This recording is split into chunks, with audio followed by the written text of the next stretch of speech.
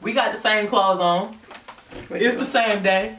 Literally seconds later from the previous video. But like we said, we want to space out a little bit just to make sure we could give y'all all the details. Yeah, and not have such a long video because the hospital stay is going to be lengthy in itself. The afterbirth is going to be a pretty long story.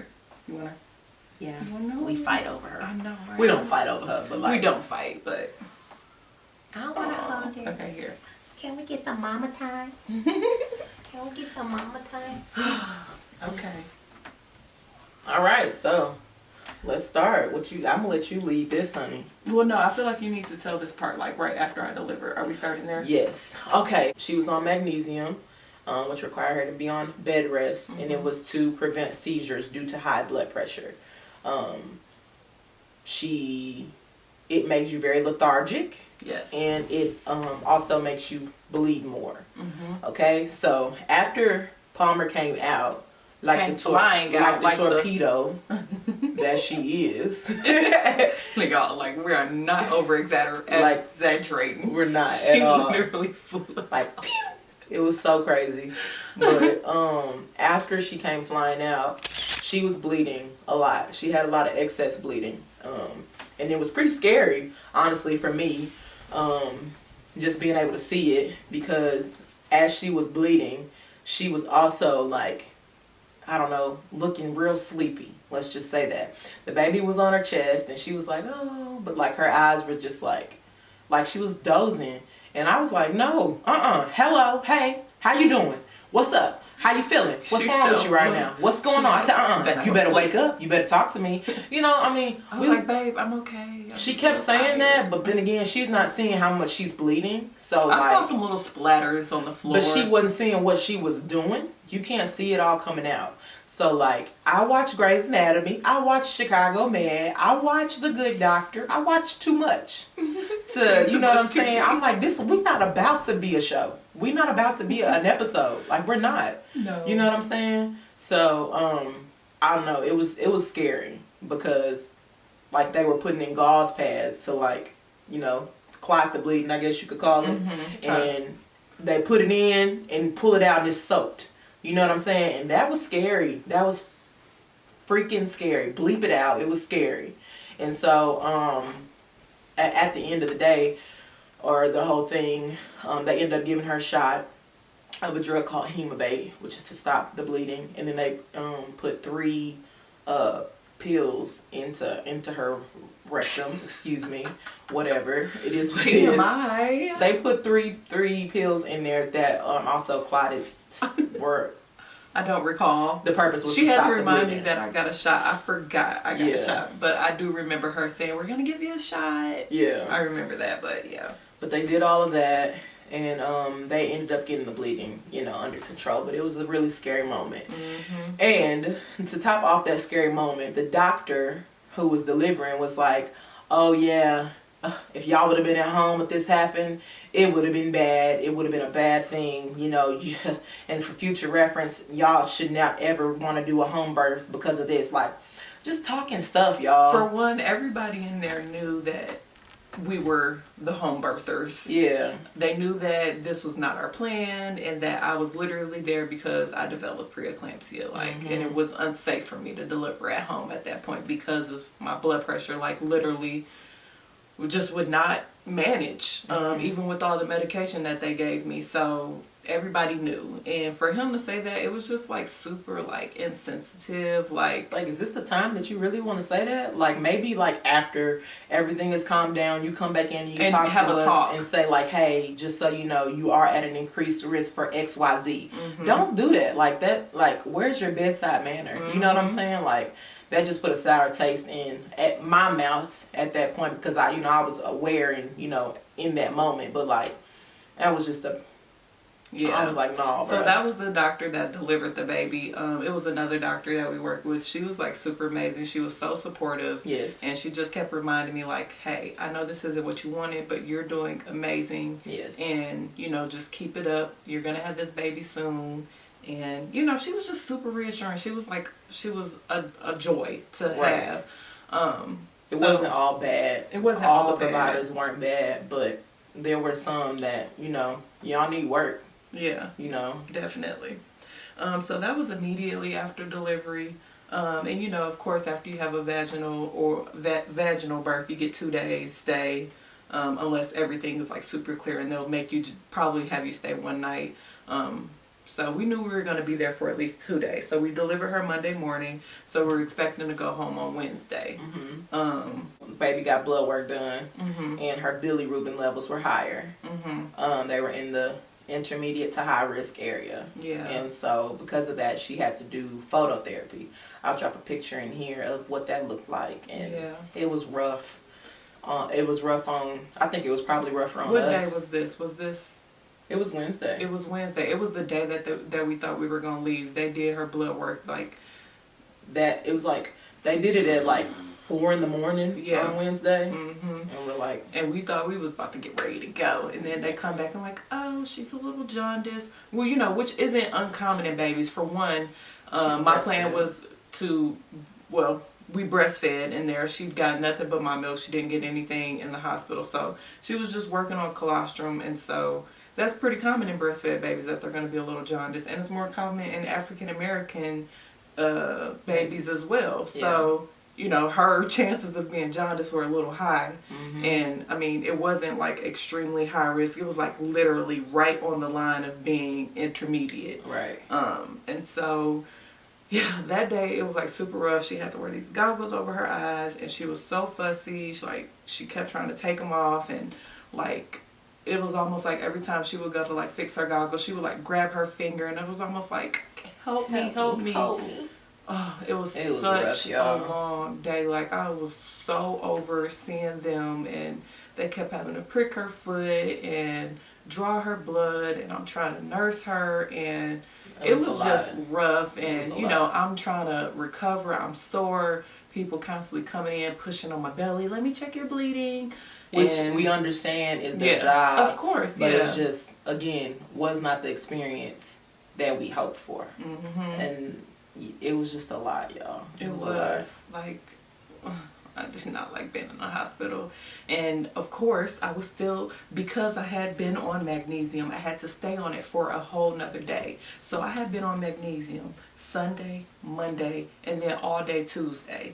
And so I'm still like sleeping. I'm trying to pump, make sure she's fed. And then because I'm on the magnesium, she's getting the magnesium. And so she's sleepy.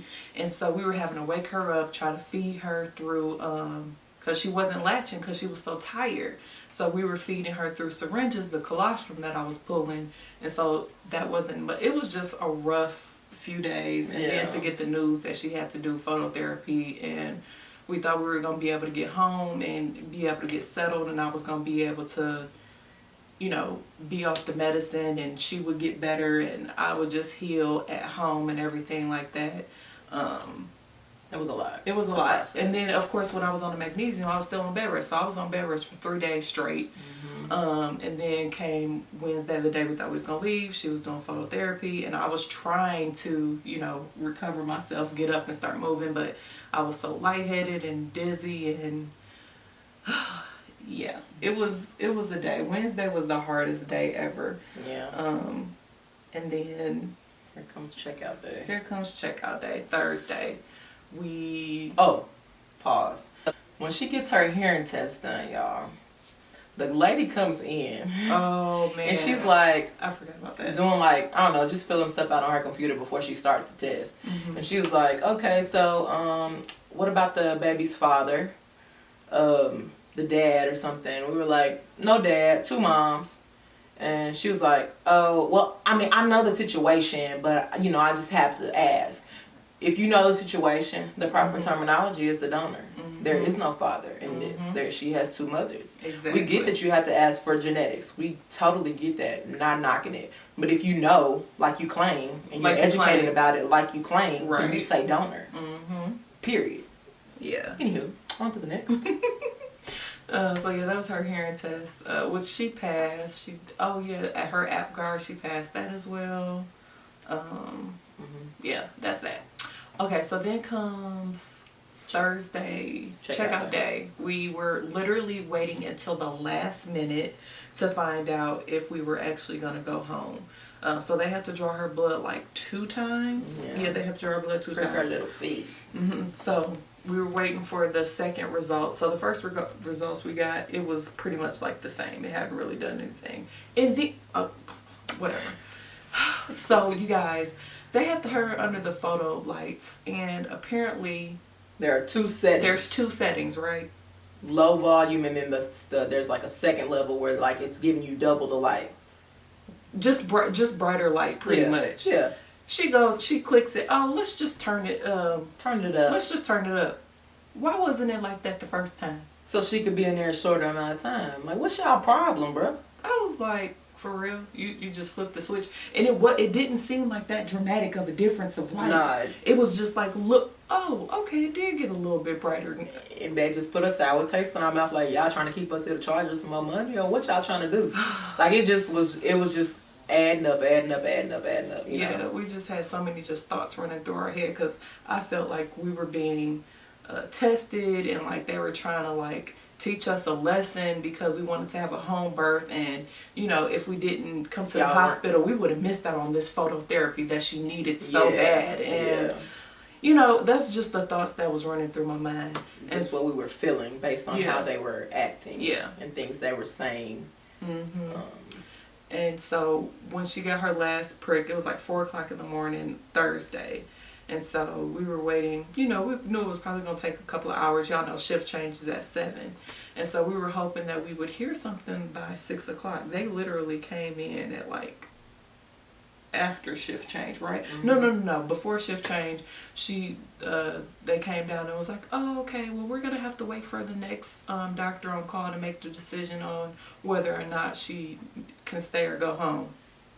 For what? Like, what? Why does the next doctor have to make the decision? Like, the next doctor who ain't seen her all night. Exactly. Like you've been looking at her blood work all day long. Why does the next doctor have to make the decision or whatnot?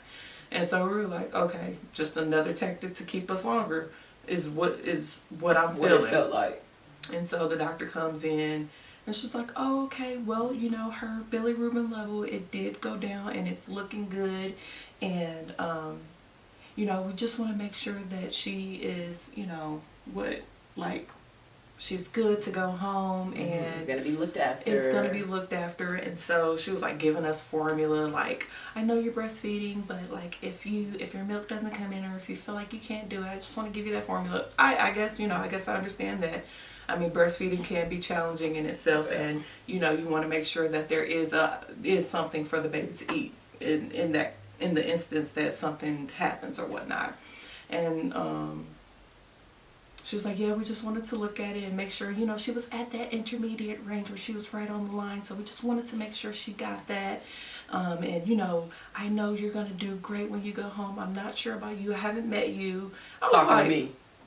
Not sure. Like, I'm not sure about you, but like, she's not sure how she's gonna take care of her or whatever. Like, this is her child. Like, what do you mean? No, don't run up on me, little lady, because I will fold you up in like a purse. Quit playing with me. Yeah, and then I think they were already like kind of frustrated with us because we were asking questions. Right. Like, we were like, used to that. Yeah, we were like, can you guys explain to us like where she's at on this chart and what it should be? And they were like, because they couldn't give us direct answers. And she was like, oh, well, you know, if she's this many hours old, it's supposed to be right here. But she was saying that this many in right here, not saying if she's 48 hours old, her number should be at an 11. You get what I'm saying? Like, not giving us, give me numbers. Give me numbers. So I don't feel like you playing with me. Exactly. Give me the facts. And she was like, oh, well, let me go and print something up. I'll be right back. Like, I need you to know. Like, I need to see this because I feel like I just don't want. Yeah. And I just did not care for like what the pediatrician said. I'm like, y'all are really just doing the most right now. And like I said, I just feel like it was, you know, I don't want to say a tactic because we, you know, had the idea to have a home birth. But I just felt like we were being questioned and tested in that moment throughout our stay with just random people and like just some of the things that they said. So she was like, oh, so I'm gonna, she said I make exceptions. I make one exception a day. I make one exception a day, and I'll go ahead and make this exception for you guys to go home. Like, an exception? You should be letting us go. This Like, is not an exception. Like, if her numbers are right, it's not an Why are we exception. still She here? goes home, point blank, period. Like, what do you feel like I'm gonna get home and I'm not gonna take care of my child? Like, I'm not gonna feed her, or Y'all, we can't make this up. I like, promise you. what? I promise you, we cannot make this up. We're the most like mild-tempered like people ever. Seriously. But like when you try us continuously, okay, let's make an let's play, exception honey. once a day. I was like, oh, okay, we're an exception. Even though her numbers say that she's good to go home. All right. She's like, so yeah, the best way that, you know, we can get rid of jaundice is, you know, just make sure she's fed and, you know, make sure you can give her some extra sunlight. I'm like, okay, yes, I get that. I was like, my milk, I'm still producing colostrum, so once my milk comes in, she will get fed. I don't want to give her formula, and that's my prerogative. We don't have to give her formula if we don't want to. So you pushing this on me, no. I mean, I get it, sort of, kind of, but then again, like, no, I'm not here for it. Like, I don't want to do that. That's not what we want to do. So yeah, we finally got the green light to go, and they were like, okay, so yeah, we got to do this last car seat test. Yes, we understand that, and you guys, it was just draining. Thursday was just draining. We were just literally sitting around twiddling our thumbs. It was a whole lot of okay. All right. It really was. Like, it was so fake that day. It was like, y'all, if y'all just don't get us out this house, just let me sign this paperwork. Yeah, and so it's like, you know, they gotta read you the do's and don'ts of being a parent, and you know, we get it. You know, somebody has to say it. You know, because if it wasn't said, then they're at fault or whatnot. And, you know, it was just like, okay, y'all are dragging it. Like, we're so over y'all. We're ready to go. I felt like the car seat test took forever. I'm like, what are y'all doing to my child up there? Like, y'all are holding her hostage. I've been discharged. And so at this point, we're like literally waiting on her to come back down and get ready to go. And it just seemed like it took forever. It was a journey, y'all. It was. It was a journey. They tested us. They did, y'all. Because I was ready to walk out. I said, if they're not releasing us today, I am AMA, against medical advice. She did say that, y'all. I was like, oh my God. I said, y'all gonna bring my baby and I will walk up out of here. Yeah, I said, she is fine. She said it. And then, oh yeah, they just kept like expressing like her needing to go see the doctor. And we're like, we already have her appointment set up. We thought we were leaving tomorrow. Wednesday. So her appointment was set for Friday. Her appointment was set when we got in here. I set her appointment the day she was born. Yep.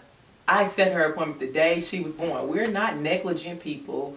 We're here to have this baby because we want this baby, because we love this baby and plan to take care of this baby. So don't check us. Don't check our intentions.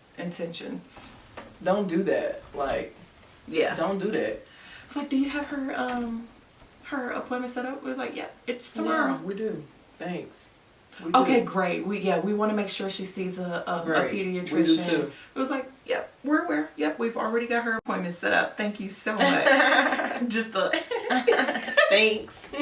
Y'all, like, oh, we were so over it. But y'all, Thursday on the 5th day, we finally got released, and I swear we got in the car and it was just like, like, it feels so good to be out of there. Like, I was ready to get home, take a shower. She was ready to shower. We just wanted to be home in our own space. It was good to have her just in the car seat. I think me and Palmer slept the whole way home because I was tired. Right here of them. Wait a minute, what? Knocked out. Oh my gosh. They was knocked out. But yeah, that was our hospital journey. I'm pretty sure we touched everything. It was not it wasn't the best, but you know, we did what we could to make the most of it. You know what I'm saying? We did what we could. So, yeah, if y'all have any other questions about anything, any other medications, anything like that, just let us know. You can comment below if you don't feel comfortable commenting. Hit us up on Instagram in the DMs. You can go down and, you know. Yes, we always, if anybody messages us, we respond to all of our messages. We respond to everybody. So yeah, don't feel like you can't reach out to us. We're very approachable. We try to be, at least. Yeah. Yeah. All right, you guys. We'll see y'all in the next video. Bye.